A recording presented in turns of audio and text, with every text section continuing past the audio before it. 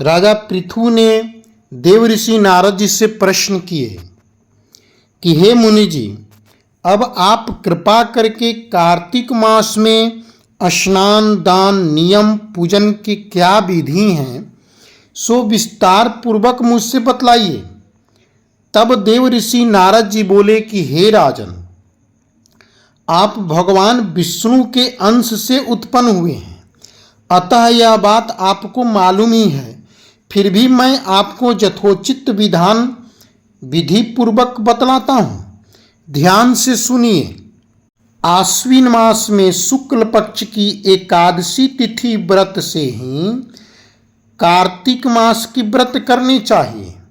सुबह ब्रह्म मुहूर्त में जब 2 घड़ी बच जाए रात्रि, तब उठ करके विधि पूर्वक स्नान आदि शौच क्रिया से निवृत्त हो करके नदी संगम या तीर्थ जल से स्नान करके भगवान श्री ठाकुर जी महाराज की विधि पूर्वक पाद्य अर्घ आचमनी आदि से अलग अलग सामग्रियों से विधि पूर्वक पूजन करना चाहिए, प्रार्थना एवं प्रणाम करनी चाहिए। फिर भक्तों के स्वर में मिलाकर के श्री भगवान की हरि कीर्तन करना चाहिए। पहले भगवान की कीर्तन साक्षात विष्णु की मूर्ति के सम्मुख बैठ करके कीर्तन करना चाहिए। सतयुग में विष्णु जी को अपनी तपस्या, योग और दान द्वारा भगवान को प्रसन्न करते थे, परंतु कलिकाल में भगवान गुणवान ही भगवान श्री हरि को प्रसन्न है, अर्थात भगवान की गुणगान करने से ही हमारे ठाकुर जी महाराज प्रसन्न हो जाते हैं।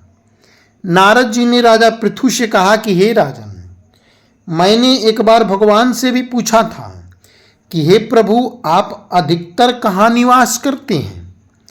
यह सुनकर भगवान श्री नारायण ने कहा कि हे नारद जी, मैं वैकुंठ अथवा योगियों के हृदय में निवास कम करता हूँ, अपितु जहाँ मेरे भक्त कीर्तन करते हैं वहाँ पर अवश्य मैं निवास करता हूँ। जो मनुष्य चंदनमाला आदि से मेरे पूजन करते हैं, मैं उन पर अत्यंत प्रसन्न रहता हूँ। ठाकुर जी महाराज से पूजन करते वक्त प्रार्थना करेंगे कि हे कमलनाथ, आपको बार बार नमस्कार है। हे भगवान, आपको बार बार नमस्कार है। हे ऋषिकेश, आपको प्रणाम है। मेरे दिए हुए अर्घ आपको ग्रहण हो। वैकुंठ, प्रयाग तथा बद्रिक आश्रम में जहाँ कहीं भगवान विष्णु गए, वहाँ उन्होंने 3 प्रकार से अपना पैर रखा था। वहाँ पर ऋषि, वेद, यज्ञों के सहित समस्त देवता मेरी रक्षा करते रहे। हे जनार्दन, हे दामोदर, हे देवेश, आपको प्रसन्न करने के लिए मैं कार्तिक व्रत विधि पूर्वक करता हूँ। आप हमारे ऊपर सदैव कृपा दृष्टि बनाए रखें। देवऋषि नारद जी ने कहा कि हे राजन, कार्तिक मास में जो अपने पितरों को तर्पण करते हैं, तो हाथ में जितने तिल लेकर के तर्पण करते हैं, उनसे वर्ष पर्यंत तक व्रती के पितृगण उतने दिन स्वर्ग में निवास करते हैं। तत्पश्चात व्रत करने वाला जल से निकलकर शुद्ध वस्त्र पहने और प्रातःकाल के सब कृत्यों से निवृत्त होकर के भगवान ठाकुर जी की पूजन करते रहना चाहिए। जी कहते हैं कि हे राजन, ठाकुर जी की पूजन करने के पश्चात परिक्रमा करके तुलसी मैया की पूजन करते हुए परिक्रमा करनी चाहिए। हे देवी, हे तुलसी, देवताओं ने प्राचीन काल से तुम्हारा गुणगान गाया है, निर्माण किया है और ऋषियों ने तुम्हारा पूजन किया है। हे विष्णु की प्यारी तुलसी, मैं आपको प्रणाम करता हूँ। आप मेरे सब पापों का नाश करो।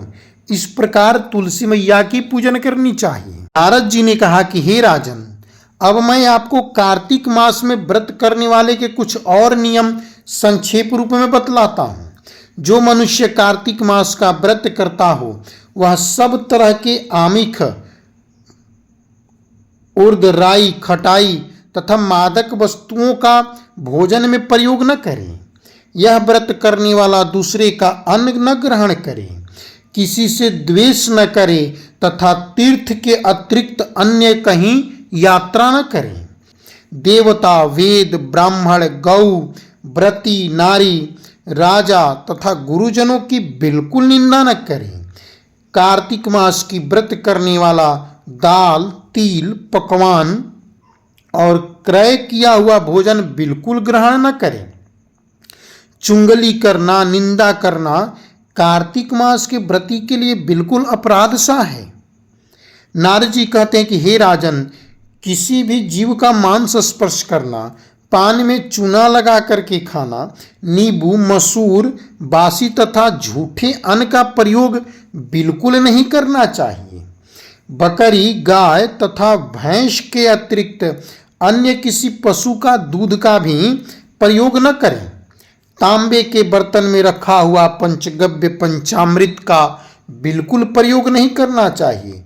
बहुत छोटे घड़े का पानी एवं केवल अपने लिए ही पका हुआ अन्न का प्रयोग करना चाहिए। कार्तिक मास के व्रती को सदा ब्रह्मचर्य रहें, पृथ्वी पर शयन करें और दिन के चौथे पहर में भोजन करना चाहिए। और व्रती केवल नरक चतुर्दशी के दिन ही तैल का सेवन कर सकता है, अन्य तिथियों में बिल्कुल न करें। कार्तिक मास को व्रती मनुष्य सिंघड़ा, प्याज, मट्ठा, गाजर, मूली इन सब वस्तुओं का प्रयोग बिल्कुल नहीं करना चाहिए। भगवान ठाकुर जी महाराज आपकी समस्त मनोरथ सिद्ध करें। जय श्री कृष्णा। श्री राधे राधे।